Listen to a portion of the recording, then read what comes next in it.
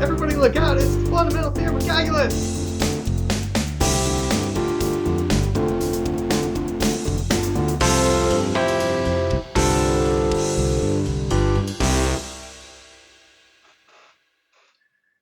So we're going to prove the fundamental theorem of calculus a couple different times. First, we're going to prove what I call the weak version of the fundamental theorem of calculus, which is actually the one most people are familiar with. So suppose f is an integrable function on an interval, perhaps because it's continuous, piecewise monotone, whatever. Also, we're going to suppose that capital F is a different function, which is continuous on the interval and differentiable, except perhaps at the endpoints. And it satisfies the property that the derivative of capital F is little f for everything inside except the endpoints. Then the value of the integral is just the difference of the antiderivative at the two endpoints. So if you have an integrable function and you can find a continuous differentiable function whose derivative is the thing you're integrating, then the integral of the function you've started with is the antiderivative at the endpoints, and you take the difference. And this will finally allow us exactly to take all the Riemann sums, the upper and lower sums, and just forget all about it. If you can find an antiderivative of the integrand, then all you got to do is compute two values and take a difference. And you don't need to do any Riemann sums, you don't need to do any partitions, etc. But it does have this caveat that you do need to be able to antidifferentiate the function. So suppose f is integrable, and capital F is this function whose derivative is little f. So since f is integrable, we can compute Riemann sums with uniform partitions, okay, just like we did in the last video.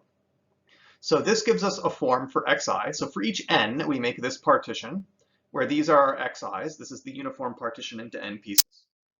Now our sample points are not going to be left endpoints, right endpoints, or midpoints, not necessarily. Through the mean value theorem, okay, since capital F is continuous and differentiable on the entire interval, then it's continuous and differentiable on each of these little subintervals. So by the mean value theorem, there is a point, and that's what we're going to pick as our sample point, S sub I, where the derivative of capital F is equal to the difference of capital F on the two endpoints divided by the length of the interval. Notice that this length down here is exactly our delta xi. And there it is. Also, the derivative of capital F was assumed to be little f. So now we have that little f of Si is exactly the difference of capital F on the two endpoints divided by delta xi. So now let's take a look at those Riemann sums. So the Riemann sum for this partition and this particular set of sample points, well, we know that capital F prime at Si is exactly f of Si. That's what we picked here. And now we have this delta xi.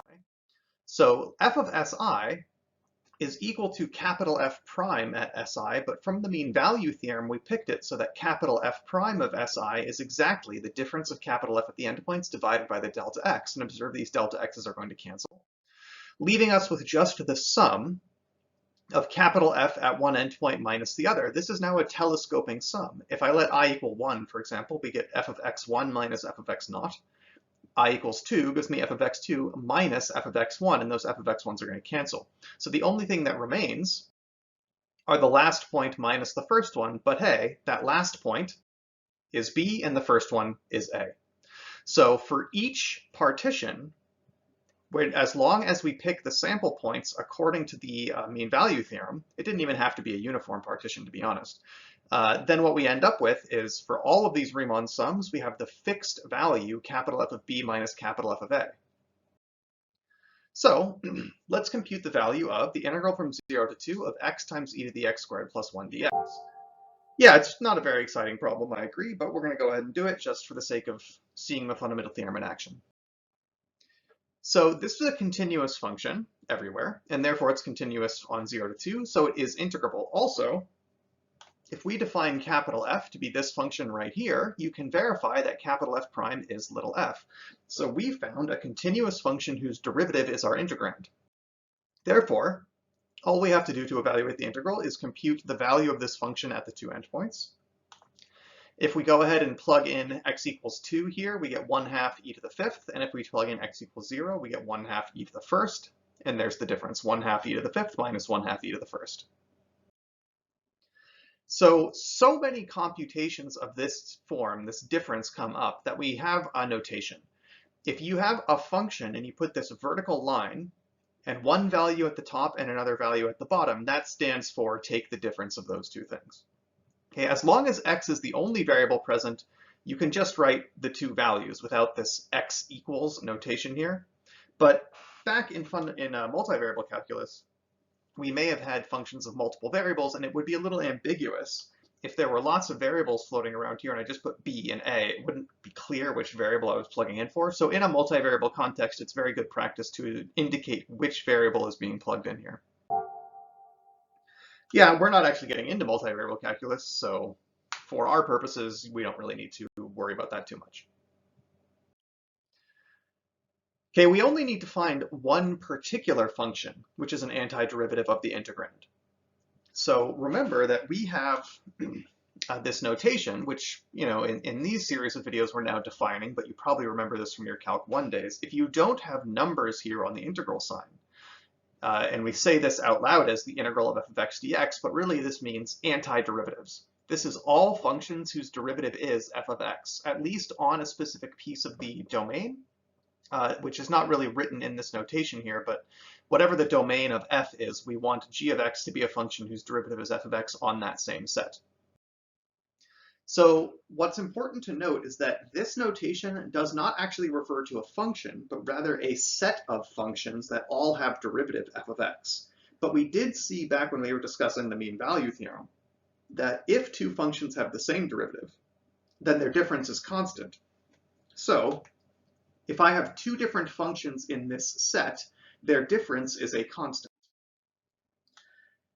For a particular example, okay, we could look at all antiderivatives of x. Well, x squared over 2 is one particular antiderivative.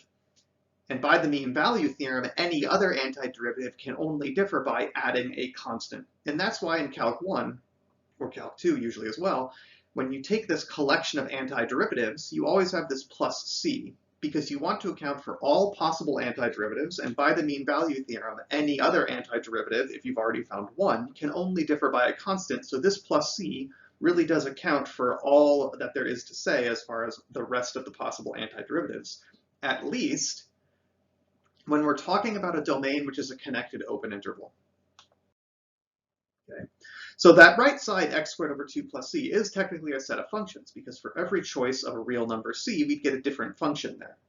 Okay, so this is really a set of functions, not just one particular function, but we don't really bother with those set brackets, etc., because it's just understood what it stands for.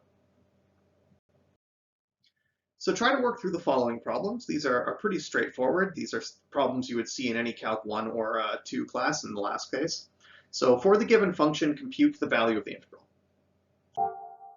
And it is just basic calculus, but we all remember how to do that, right?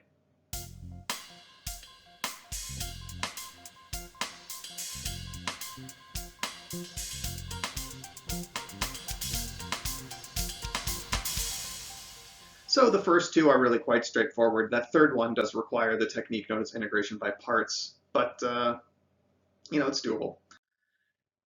So if that was the weak version of the fundamental theorem, what's the strong version? So suppose you have a function and now it has to be continuous on the interval from a to b. I'm going to define capital F of x to be the integral from a to x. So the input of this function is now the upper bound of integration for this function here. As long as x is in between a and b, since f is continuous, this integral exists, so the value of this function exists. And the claim is that this function is continuous all the way from a to b, and not only that, anywhere that isn't an endpoint of that interval, the derivative of this function is the function we started with, little f. So what is this really saying? So here is our interval a to b, and we've got a function. Okay. So now for any value of for any value of x somewhere in between, I can now integrate from a to x. And this area is the value f of x.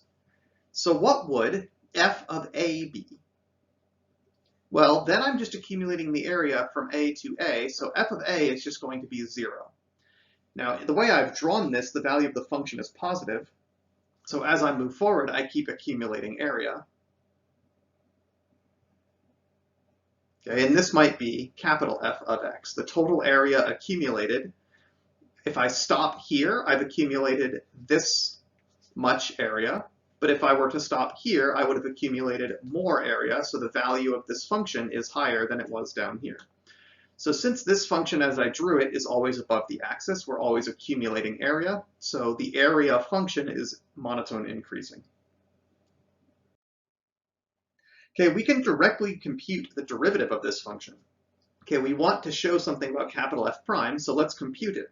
Limit as h approaches 0 of capital F of x plus h minus capital F of x over h. Now, what is capital F? It's integrate out to a given value. So this 1 over h I've just factored out. Here's capital F of x plus h. Integrate the function little f from a to x plus h.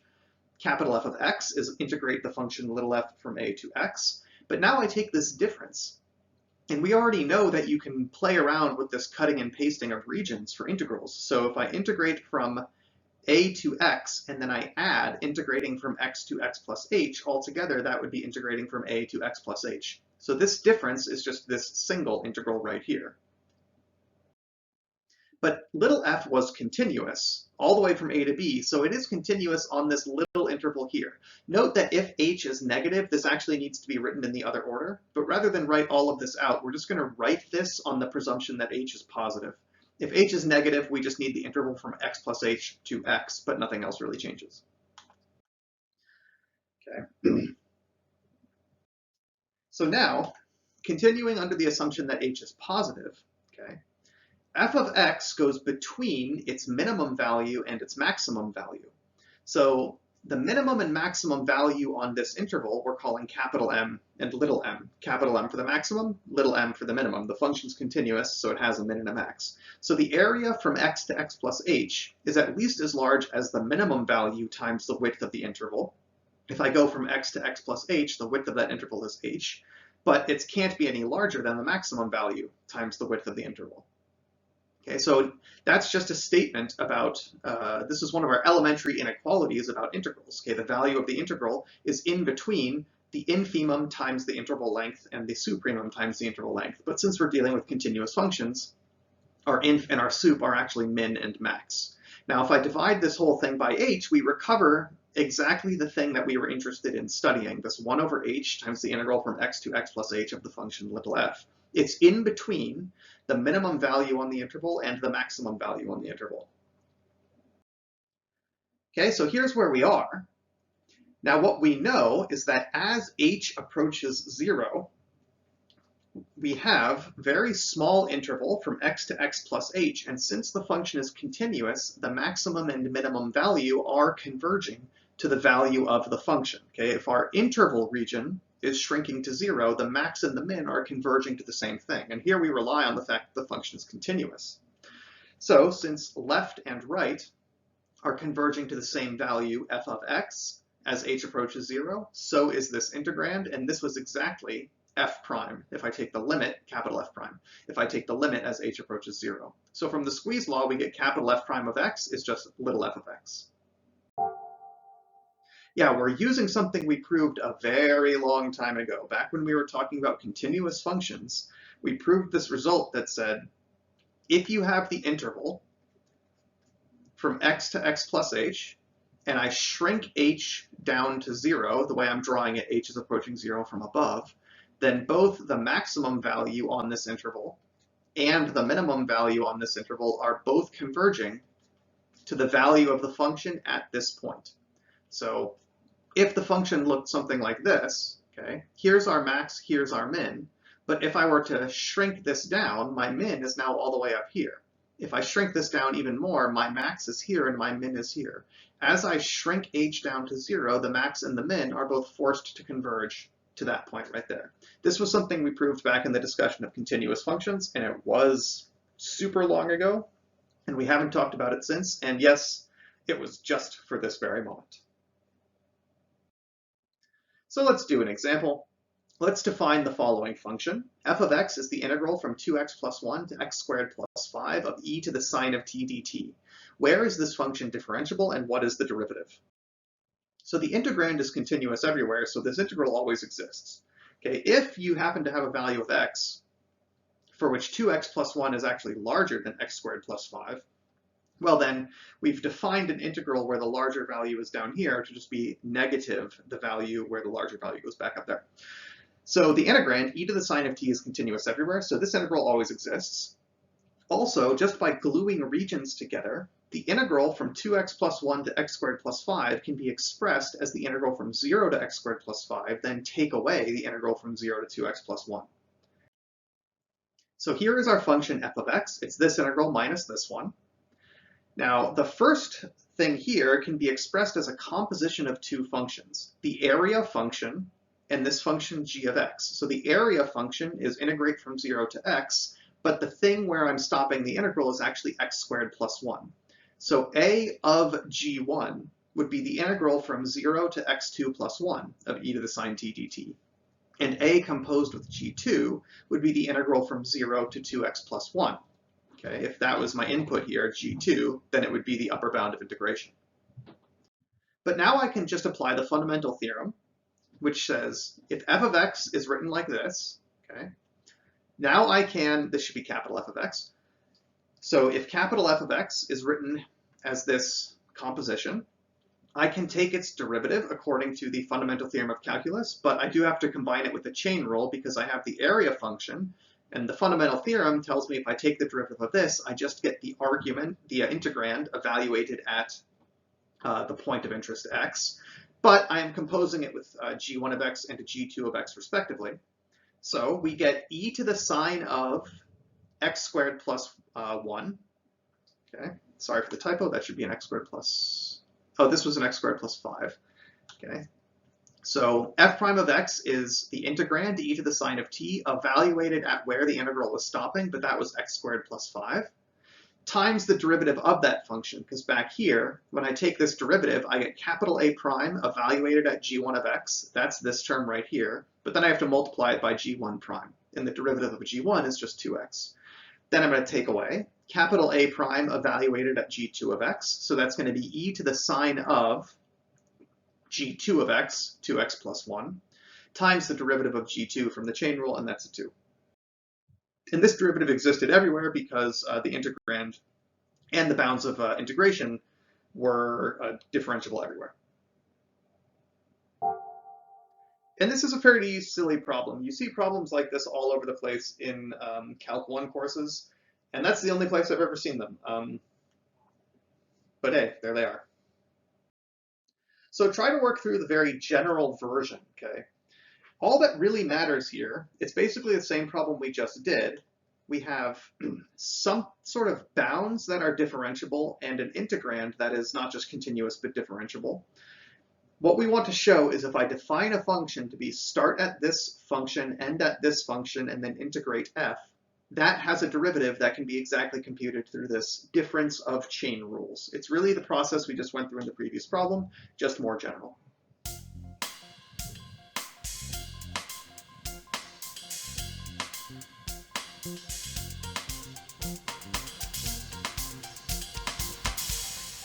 All right, now if you got through that proof, now anytime anyone throws one of those silly Calc 1 problems at you, you have just a formula that you can plug stuff into.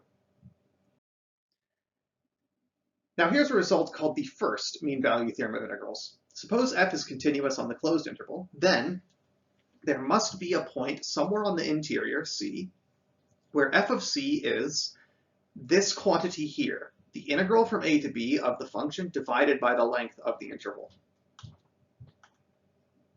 So what is this really saying? So we've got our generic continuous function that we're going to integrate from a to b. Okay. There must be some point C, which looks like it might be somewhere around here. I drew it a little too far to the right, where the value of the function is equal to this quantity right here. Now, this right here is frequently called the average value of the function on the interval. So somewhere in between the maximum and the minimum, there will be an average value, and it must be achieved by the function little f. Spoken thusly, it really just sounds like an application of the intermediate value theorem. The trick is why this quantity represents an average value. Okay, so let's define capital F to be this area computing function. The fundamental theorem tells me that the derivative of this function is the integrand f of x. But by the mean value theorem, the area function at the two endpoints divided by the length of the interval is f prime of c, and that's exactly what we were trying to prove. Okay, capital F of b is the integral from a to b of f of x dx. Capital F of a is the integral from a to a, which must be 0, of f of x dx. So here I just get the integral from a to b divided by b minus a is equal to capital F prime at some point, but what's capital F prime? It's little f. And there it is. That's all there is to proving the first mean value theorem of integrals. This does sort of suggest maybe there's a second mean value theorem of integrals, but I suggest you look that up. We're actually not going to discuss it. And since we're not going to discuss the second mean value theorem of integrals, we're done. And this end title slide is a bit misleading. There is no next time. You've completed the course.